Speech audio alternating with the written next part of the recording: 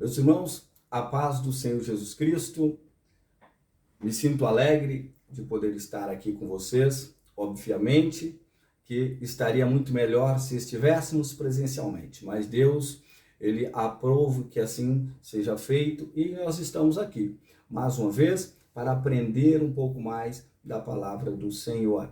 Eu gostaria de começar esta aula fazendo uma oração, uma breve oração, para a sua vida, para a sua família, para que Deus nos dê graça e nos abençoe ao longo desta aula. Soberano Deus eterno, Pai, louvo-te, ó Pai, pela oportunidade de poder nos assentarmos e aprender um pouco mais sobre a tua palavra. Pedimos, Senhor, que o Senhor nos direcione, que o Senhor nos ajude, que o Senhor nos abençoe.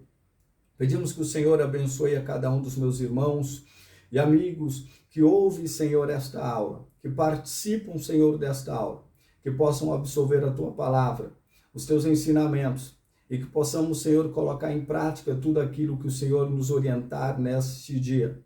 Pedimos, Senhor, ser conosco e nos abençoe, em nome do Senhor Jesus. Meus irmãos, nós temos tratado de um assunto muito importante, que são concernente aos dons espirituais e ministeriais. Tá? O seu subtítulo, ele traz como subtítulo, servindo a Deus e aos homens com poder extraordinário. Então é uma lição maravilhosa, uma revista maravilhosa.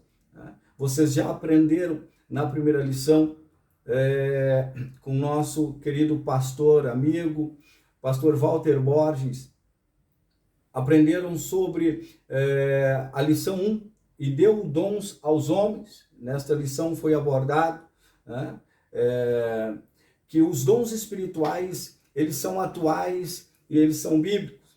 Analisaram os dons de serviço e espiritualidade e espirituais e ministeriais.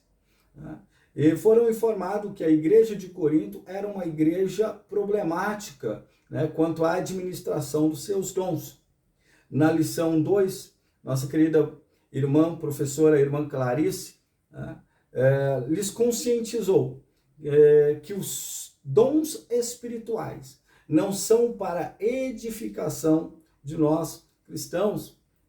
Foi explicado a vocês que os dons devem ser utilizados para edificar a nós mesmos e aos demais irmãos. E foi exposto que o propósito dos dons espirituais sobre todas as coisas é a edificação do corpo de Cristo, ou seja, da igreja do Senhor Jesus. Na lição 3 falaremos sobre os dons de revelação. Nosso texto áureo está baseado em 1 Coríntios, no capítulo 14, verso 26, está mencionado. E diz o seguinte, que fareis, pois, irmãos, quando vos ajuntais, cada um de vós tem salmos, tem doutrina, tem revelação, tem língua, tem interpretação. Faça tudo para a edificação. A verdade prática diz que os dons de revelação divina são indispensáveis à igreja da atualidade, pois nós vivemos em momentos difíceis. Nós vivemos em momentos e em tempos marcados pelo engano. A nossa leitura bíblica em classe se encontra na primeira carta aos Coríntios, do apóstolo Paulo aos Coríntios, no seu capítulo de número 12, versos de número 8 e 10, assim como Atos dos Apóstolos, no capítulo de número 6, versos do 8 ao 10, e por fim, em Daniel, no seu capítulo 2, dos versos 19 ao verso 22. Temos como objetivo, na aula de hoje, conceituar o dom da palavra da sabedoria, explicar o dom da palavra da ciência e, por fim, refletir a respeito do dom de discernimento de espírito. Meus irmãos, os dons, eles são características inatas, ou seja, é algo que vem direto de Deus. Será que isso é uma verdade? Será que os dons e as características que nós temos não é algo que nós já nascemos com ele? Por vezes nós dizemos, né? Aquele que tem uma certa facilidade, por exemplo, para a música, nós dizemos, olha, esse já nasceu com dom e nós temos que correr atrás disso, não é verdade? Então aí fica essa questão, será que os dons são características inatas ou é algo que vem direto de Deus? O texto sagrado de Efésios, no capítulo de número 4, verso 8, diz que, pelo que diz, subindo ao alto, levou cativo o cativeiro e deu dons aos homens. Então, são capacidades, o que são esses dons? São capacidades sobrenaturais vinda de Deus por intermédio do Espírito Santo. Deus, ele coloca os dons à disposição da igreja, mas para que servem esses dons? Nós falamos lá no início da lição, os dons, eles servem para a edificação da igreja e para a exortação dos crentes. Para melhor estudar e para a gente entender um pouco melhor sobre este assunto, né, os dons, eles foram divididos em 3 categorias. Na primeira categoria, nós temos os dons de revelação. Na segunda categoria, nós vamos encontrar os dons de poder. E na terceira categoria, nós vamos encontrar os dons de elocução. Dentro dos dons de revelação, nós temos a palavra da sabedoria, nós temos a palavra do conhecimento e, por fim, nós temos o discernimento de espírito. Dentro dos dons de poder, nós temos a fé, nós temos os dons de cura, nós temos a operação de milagres. Dentro da elocução, nós vamos encontrar profecia, nós vamos encontrar a variedades de línguas e, por fim, a interpretação de línguas.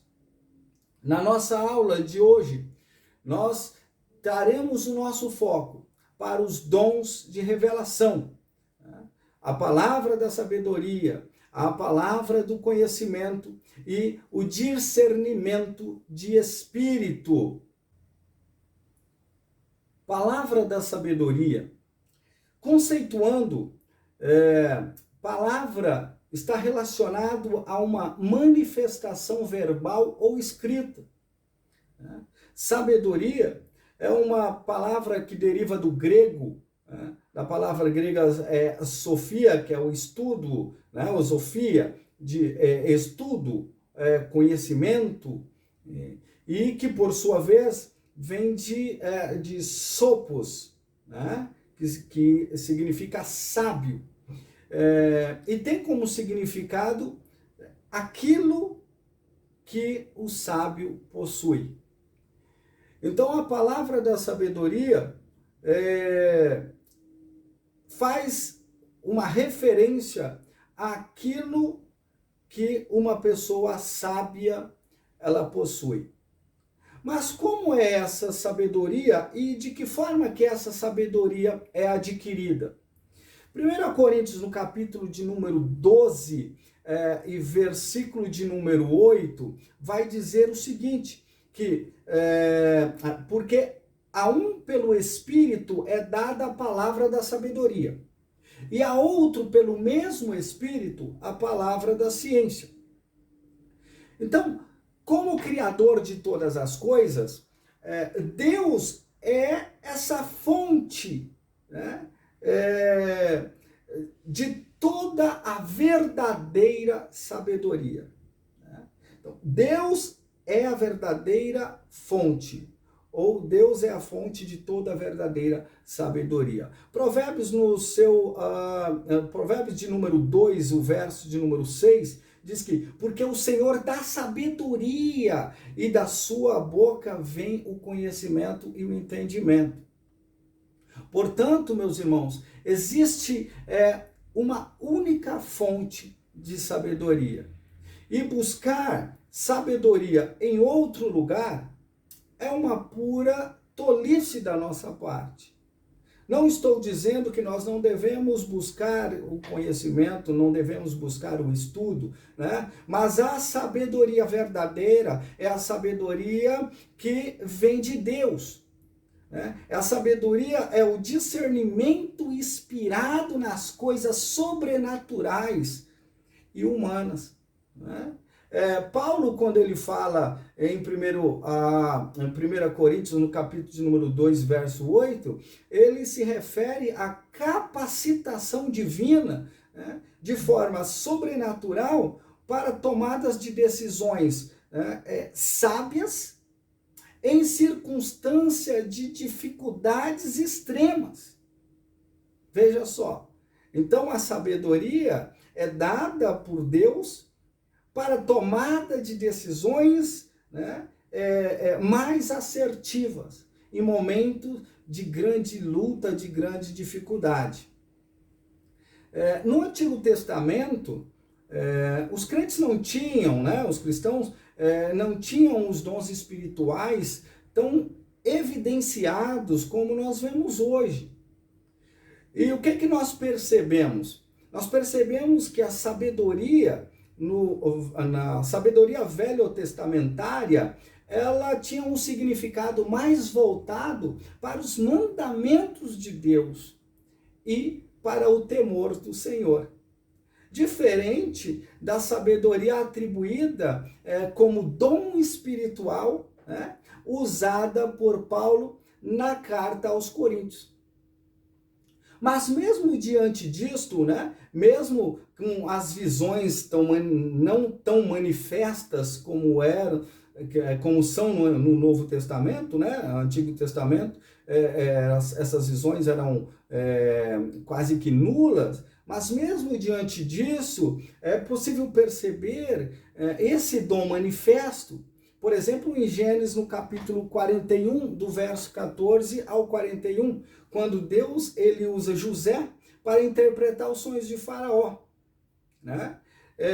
Então, José, ele tem aquele sonho, Deus revela para José o sonho de Faraó, e juntamente com aquela revelação das coisas, dos significados daquele sonho, vem acompanhado naquela revelação, naquela orientação de Deus para que José pudesse levar essa interpretação até Faraó. Ele traz consigo a orientação de como proceder para que eles passassem por aquele período de grande fartura, pudesse guardar para que no momento da grande seca, eles pudessem ali ter o que comer, ter o que se alimentar.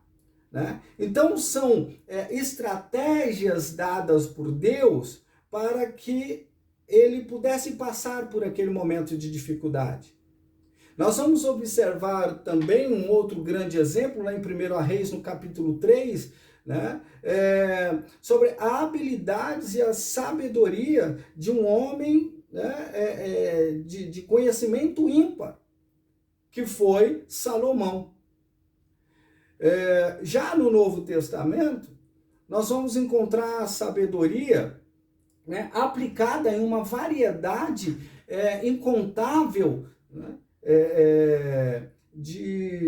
dentro dos próprios princípios bíblicos, quando cedida pelo Espírito Santo ao crente, isso faz com que nós cristãos receba uma dimensão fora da caixa. É surpreendente a possibilidade de atuações desse dom na palavra, dom da palavra da sabedoria. Isso aplicada no Novo Testamento. Então, o que no Velho Testamento não existia tantas referências, no Novo Testamento nós encontramos uma diversidade muito grande, né, da palavra, né, do uso do termo, dessa palavra da sabedoria. Então, por exemplo, ela é aplicada em Atos, no capítulo 7, versículo 10, ela é aplicada a arte de interpretar sonhos e dar conselhos sábios. Né? É aplicada na inteligência demonstrada no esclarecer no significado de alguns números, né, que nós vamos encontrar no livro de Apocalipse, por exemplo, Apocalipse capítulo 17, verso 9. Né? Na prudência em tratar de assuntos mais delicados, Atos dos Apóstolos, capítulo 6, versículo 3. Encontramos também a habilidade de tratar as pessoas fora da igreja. Olha como é amplo, né, essa questão da sabedoria. Colossenses capítulo 4, versículo 5 vai tratar disso. No jeito e discrição em comunicar as verdades cristãs. Eu me lembro que meu avô, muito simples, né? Meus pais não eram cristãos, e meu avô, quando ele pregava para os meus pais, a sua pregação era direta. Olha, existe céu e inferno. Né? Se você não está com Cristo, logo você está com o diabo, então logo você está no inferno. Então a pregação dele não é uma pregação assim muito sábia, apesar de correta, é uma verdade. Mas nós precisamos pedir a Deus para que nos dê a sabedoria, o conhecimento. Quando nós falamos lá no início que nós devemos crescer, né? É importante nós crescermos em graça e em conhecimento. Por quê? Porque nós estamos ali equilibrados, equacionados, e com isso nós conseguimos nos doar mais para o serviço da obra de Deus. Quanto mais unção, quanto mais graça e quanto mais conhecimento, mais possibilidade Deus tem de nos usar, né? De sermos usados por Deus com poder e grande glória. No conhecimento e habilidade necessária para uma defesa eficiente da causa de Cristo. Lucas capítulo 21, verso 15. Nós temos tratado com os nossos adolescentes sobre a questão do credo da nossa igreja, naquilo que a nossa igreja crê, aquilo que nós acreditamos, aquilo que nós precisamos defender. Mas como que nós vamos defender algo que nós não acreditamos? Né? Algo que nós não conhecemos, por exemplo? Então é por isso que nós precisamos nos aprofundar no conhecimento da palavra de Deus, para que, conhecendo a palavra de Deus, conheçamos a Cristo, conheçamos a Deus e possamos, então, ter a sabedoria vinda diretamente dos céus para as nossas vidas, e aí nós pudermos fazer a diferença na vida das pessoas. Realmente, a palavra da sabedoria, ela abre um leque, né, de opções do verdadeiro cristão, quando esse é utilizado por Deus. Né? Veja tudo isso que nós citamos. É um leque de possibilidade, né? Que quando a gente está falando de conhecimento, quando nós estamos falando, né, de algo tão importante e tão maravilhoso, né, quanto a sabedoria. Atos, no seu capítulo número 6, do verso 9 ao 10, nós observamos aqui não há quem resista à sabedoria de Deus, né, dada por Deus. Quando Estevão está ali, né, na sinagoga, eles estão discursando. Aqueles que o ouviam, no versículo 10 de Atos 6, vai dizer que eles não podiam resistir à sabedoria e ao espírito com que falava. Então a sabedoria, quando ela vem de Deus, quando você escuta uma pessoa ministrando a palavra de Deus, às vezes com uma simplicidade muito grande, não é uma pessoa talvez letrada. E isso é importante nós entendermos, que sabedoria não está vinculado apenas ao fato de buscar conhecimento intelectual, mas sabedoria vai muito mais além do que isso. E por vezes nós vemos pessoas simples que sobem nos púlpitos das nossas igrejas, das nossas congregações, e diante daquela simplicidade tão grande, mas é demonstrada através das suas palavras uma unção de Deus e uma sabedoria que faz com que a gente fique espantado, que fique de boca aberta, né? Admirando e recebendo de forma tão gostosa aquela ministração, aquela mensagem que vem de encontro para as nossas vidas. A sabedoria também está vinculada a uma liderança sábia. É preciso que os líderes tenham sabedoria da parte de Deus para poder gerir, né, os seus liderados. Salomão, né, vamos extrair mais um exemplo, né, da vida de Salomão aí, né, Salomão, determinado momento do seu reinado, a Bíblia vai nos dizer que duas mães chegam até Salomão. E essas mães chegam com um problema muito grande. Elas tiveram a luz juntas, né? E durante a noite ali, o filho de uma veio a óbito, veio a falecer. E ela pega então essa criança, né? Aproveita o momento que a outra mãe estava dormindo, pega aquela criança morta, com muito pesar, talvez, não sabemos, a Bíblia não diz, mas ela pega e mal intencionada, ela faz a troca das crianças. E agora ela leva, no dia seguinte, né, que aquela mãe acorda e vê a sua criança, ela sente que algo está errado, que aquela criança não é o filho dela, não é a filha dela. E eles então levam essa questão até o rei. E quando chega no rei, o rei tem esse grande problema para resolver. Nós vamos ver que, primeiro a Reis, no capítulo de número 3, versos 24 e 25, vai dizer o seguinte: disse mais o rei, trazei a espada, e trouxeram uma espada diante do rei. E disse o rei: divide em duas partes o menino, e dai a metade a uma e a metade a outra.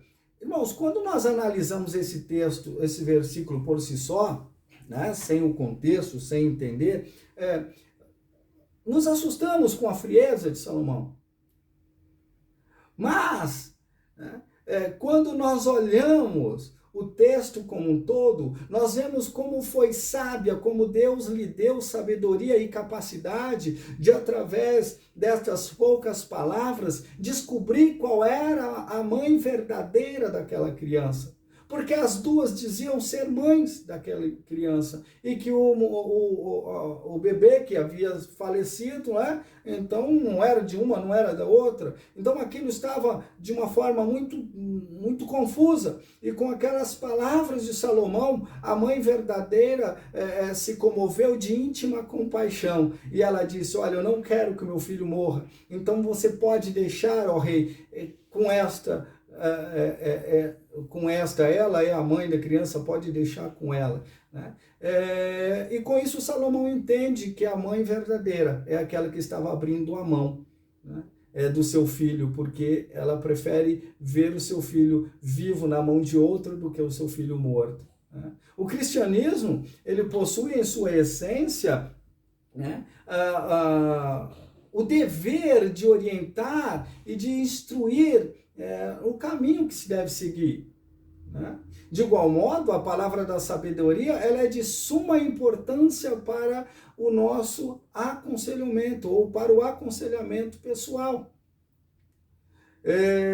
Nós vamos ver que se o conselheiro ele recebe, né, uma capacitação, se um conselheiro, né, ele recebe uma capacitação sobrenatural de Deus, ele tem um compromisso não com ele mesmo e não com o próximo apenas, mas o compromisso dele é com Deus, porque Deus o capacitou para aquela obra. E ele precisa levar isso adiante, né? E levar essa verdade através da orientação e através do ensino. Mas nós precisamos tomar cuidado, porque às vezes nesse processo, não é, de aconselhamento, tende, né, em algumas situações, a querer que seja feita a nossa vontade. Nós vamos ver vários exemplos disso. Pessoas, por exemplo, que você vê que a situação não está certa, que não está dando certo, por exemplo, num relacionamento, num casamento, onde o marido acaba agredindo a esposa e você está vendo que aquilo está errado, né? Então, se você se deixar levar pela vontade, você vai o aconselhar a acabar com aquele relacionamento. Mas quando nós somos direcionados por Deus, nós somos usados por Deus com sabedoria para tratar o caso, e aonde ali caberia uma orientação, se fosse da nossa vontade de separar, de apartar por causa daquela situação que estava acontecendo de agressões, né? Nós agora começamos a ver o agir de Deus e a preparação daquele casal para uma união estável, né? E duradoura. O nosso ponto 2, ele vai falar sobre a palavra da ciência. Então, no nosso primeiro ponto, nós falamos sobre a palavra da sabedoria.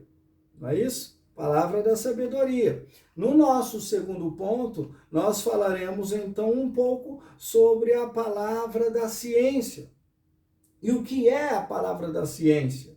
Né?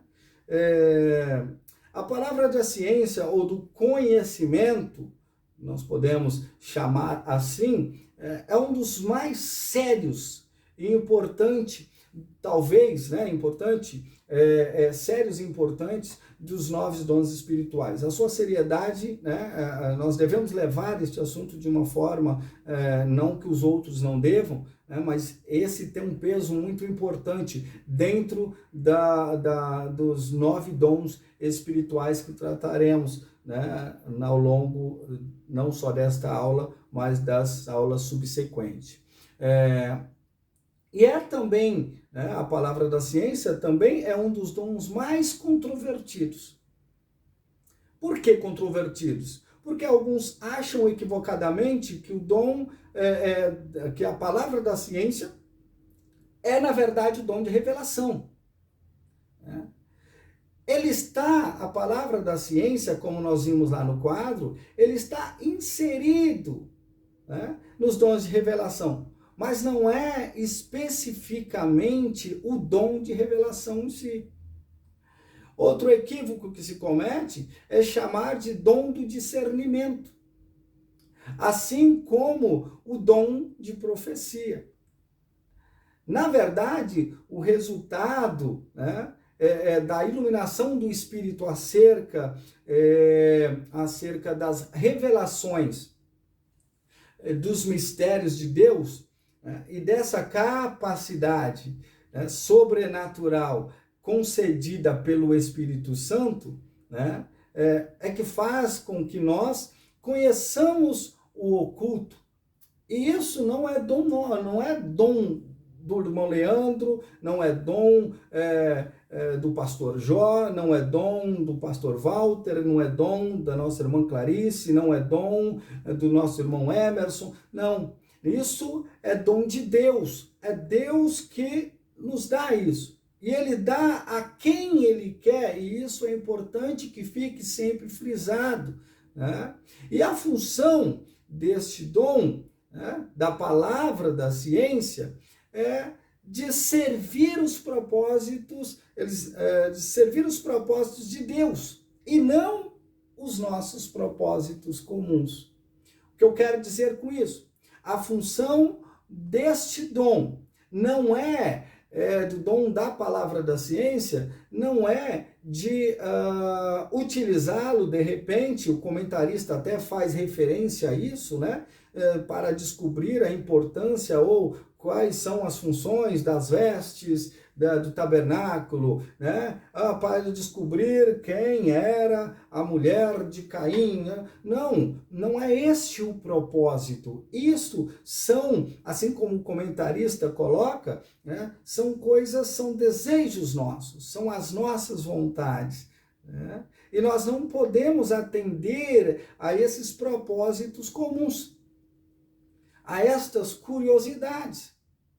Os dons de Deus não foram dados para nos satisfazer.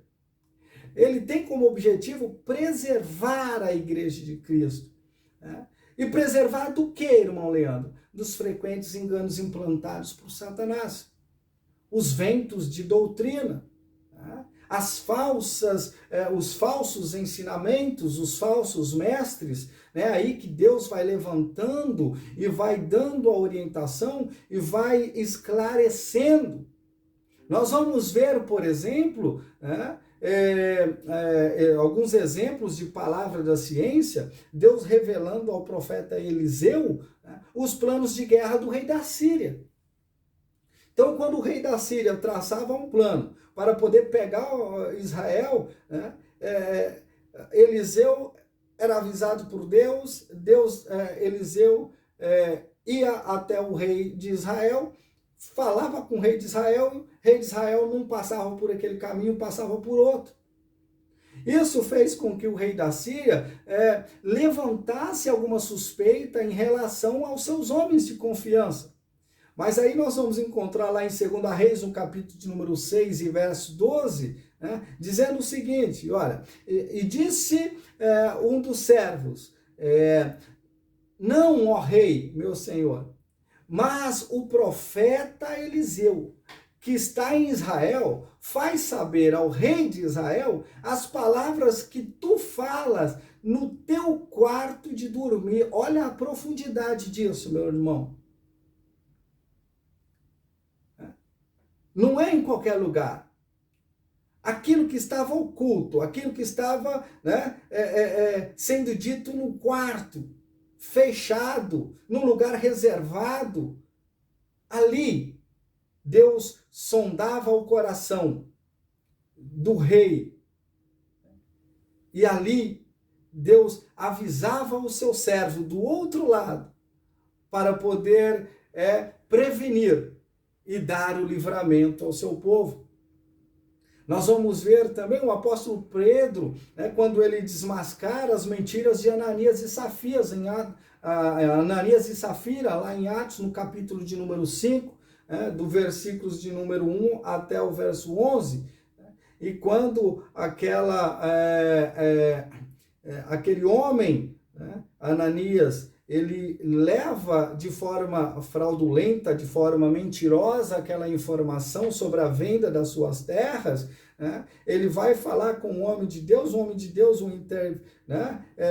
interroga, e o homem de Deus diz, olha, você está mentindo, né? Por que você está mentindo? Você não precisa fazer isso. E aquele homem cai morto. Ele sai para ser sepultado. Algumas horas depois, a esposa, sem saber de nada que havia acontecido com o marido, mas eles tinham tramado entre si, chega lá a Safira, vai e conta a mesma coisa. E o homem de Deus, profeta Eliseu, vai até lá, né, e a mesma sentença, morte para Safira. Então morrem Ananias e Safira por tentar enganar, né, aquele homem de Deus. Mas uma coisa nós aprendemos, que no versículo de número 11, ainda de Atos 5, vai dizer que houve grande temor em toda a igreja e em todos que ouviram estas coisas. Irmãos, o que eu quero dizer com isso é que Deus, ele não faz nada que não seja para engrandecer o seu nome. Se nós fazemos alguma coisa para nos gloriarmos ou vangloriarmos, Deus não está neste negócio. Mas quando nós passamos a fazer as coisas para glorificar o nome de Deus é glorificado e Ele nos honra, Ele nos abençoa. O dom da palavra, da ciência, é importante entendermos que não é um dom de adivinhação, mas é um conhecimento concedido de forma sobrenatural da parte de um Deus Todo-Poderoso para as nossas vidas. No nosso ponto 3, falaremos um pouco agora sobre discernimento dos espíritos, o dom de discernir os espíritos. Em geral, discernimento é a capacidade de compreender e avaliar as coisas com bom senso e com clareza, né? Esse termo é mencionado em alguns textos bíblicos, por exemplo, em 2 Samuel, no capítulo 19, verso 35, assim como Jonas, no seu capítulo de número 4 e verso de número 11. No Novo Testamento grego, apresenta-se dois verbos traduzidos em nossa versão bíblica. O primeiro verbo é o anacrino, que significa, que tem um significado amplo, né? E pode significar perguntar, interromper, investigar, né? Examinar, assim como aparece no sentido, também com o sentido de discernimento, tá? O segundo verbo é diacrino. Então, no primeiro verbo, anacrino, o segundo verbo, diacrino. E no segundo verbo, também com uma grande variedade de significado, né? Mas uma das suas variações, né, quer dizer discernir. Tá? Então, diacrino significa, entre algumas variações, tá? Ele significa discernir. 1 Coríntios capítulo 11, 29, nós vamos encontrar um texto que vai nos dar uma base interessante disso. Então, o dom de discernir o Espírito é uma capacidade natural minha? Não. É uma capacidade sobrenatural dada por Deus a nós cristãos para poder discernir a origem e a natureza destas manifestações espirituais que acontecem. E com o propósito maior, obviamente, de proteger-nos dos ataques de Satanás e dos espíritos malignos. E quais são as fontes dessas manifestações espirituais? Então, nós podemos destacar aí ao menos 3 fontes dessas manifestações, né, espirituais no mundo. A primeira fonte das manifestações espirituais é Deus. A segunda fonte, o homem. E a terceira fonte é Satanás, o diabo.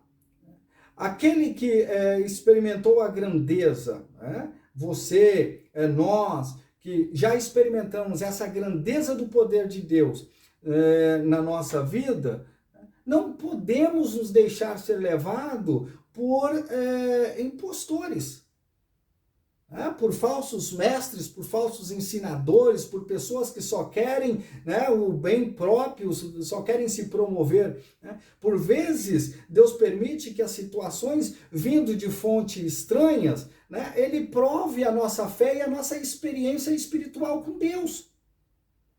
Veja o que acontece, por exemplo, em Atos capítulo 16, né, até capítulo 16, do verso 16 ao 18, aquela jovem adivinha que estava possessa, tomada pelo espírito das trevas, e a mensagem que ela passava de um espírito de adivinho era uma mensagem de elogio, né, ao apóstolo Paulo e a Silas, né?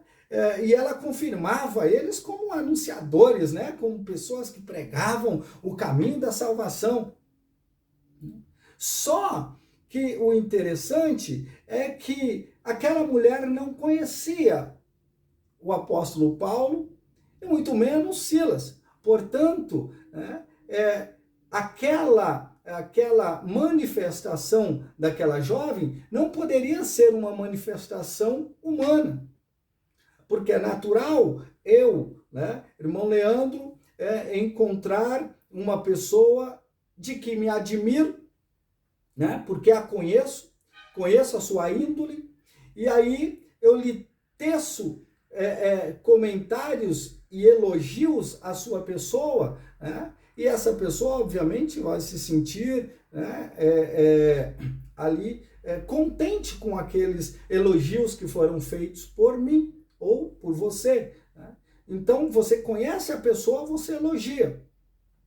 Um outro fato é aquela pessoa, aquela jovem, ela não conhecia ainda Deus, não é? Porque o apóstolo Paulo estavam levando a mensagem do Evangelho.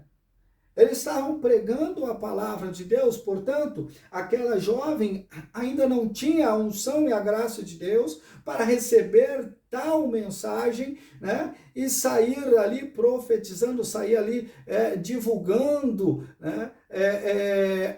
Através das suas manifestações, que o apóstolo Paulo era quem era, assim como a Silas. Mas, diante disso, o apóstolo Paulo, então, entende, porque ele recebe, né, de Deus essa manifestação espiritual, né, de poder discernir o espírito que estava sobre a vida daquela jovem. Ele expulsa aquele demônio, e aí há uma libertação. Então veja você, que neste caso que nós trazemos como exemplo, é uma manifestação, né, manifestação espiritual que foi promovida por Satanás. Né? E nós devemos pedir a Deus sabedoria para poder entender, compreender estas manifestações. Nós precisamos, né, de discernimento. A palavra de Deus nos ensina que os espíritos devem ser provados. 1 João no capítulo 4, verso 1. Então, toda palavra que ouvimos em nome de Deus, ela deve passar pelo crivo das Sagradas Escrituras. E isso, o comentarista, ele deixa isso muito claro para a gente. Olha, precisa passar pelo crivo das Sagradas Escrituras. Tá? Nenhuma profecia, ela pode sobrepor a maior das profecias, né? A maior das manifestações, que é a palavra de Deus. Então o Senhor colocou à disposição de cada um de nós condições necessárias para discernir entre o que é falso e o que é verdadeiro. Habilitou-nos para fazer a obra de Deus. Ele disse em Mateus, no capítulo 10, versículo 16: eis que vos envio como ovelhas ao meio de lobos. Então, olha só, Jesus nos envia como ovelhas ao meio de lobo, mas ele nos deixa de qualquer forma? Não. Para isso, ele nos equipa com as armas de defesa e de ataque. Estas armas de defesa e ataque são as armas espirituais, mencionadas em 2 Coríntios, no capítulo 10, do 1 ao 5. Então, e o discernimento espiritual, este é uma importante arma que, através do Espírito Santo de Deus, recebemos, né? Recebemos desse arsenal do Espírito Santo, né? Estas armaduras e essas armas para poder combater, né? E sairmos vitoriosos. Por fim, nós precisamos compreender, meus irmãos, que Satanás, ele é perito no engano e no disfarce, né? Na mentira, na aparência, né? E nós vamos ver, mas na aparência também, sim, na aparência também. Segundo Coríntios, no capítulo 11, versículo 14, nós vamos ver que o próprio Satanás, ele se transfigura em anjo de luz. Então, ele é um ser habilidoso. acima de qualquer ser humano. Então, na arte do engano, Satanás é um grande mestre. Mas até mesmo os crentes em Jesus Cristo, se não vigiar, ele acaba caindo nesse laço de Satanás. Então, o discernimento do Espírito, ele nos permite conhecer tudo aquilo que é impossível saber, meus irmãos, né? Por intermédio de recursos humanos. O caso do apóstolo Paulo e da adivinha, né, de Filipos é um exemplo que nós mencionamos, né? O uso desse dom na vida real, ele é possível para podermos não permitir que o engano entre dentro das nossas igrejas. Mas o Espírito, nós precisamos reconhecer a origem maligna, né, de uma manifestação contra a igreja, né, mas isso não é tão fácil. Mas o Espírito Santo de Deus, ele nos estimula neste dia a buscar por esse dom tão maravilhoso e assim ser mais uma ferramenta usada nas mãos de Deus, né, para o saudável crescimento, né, da sua obra.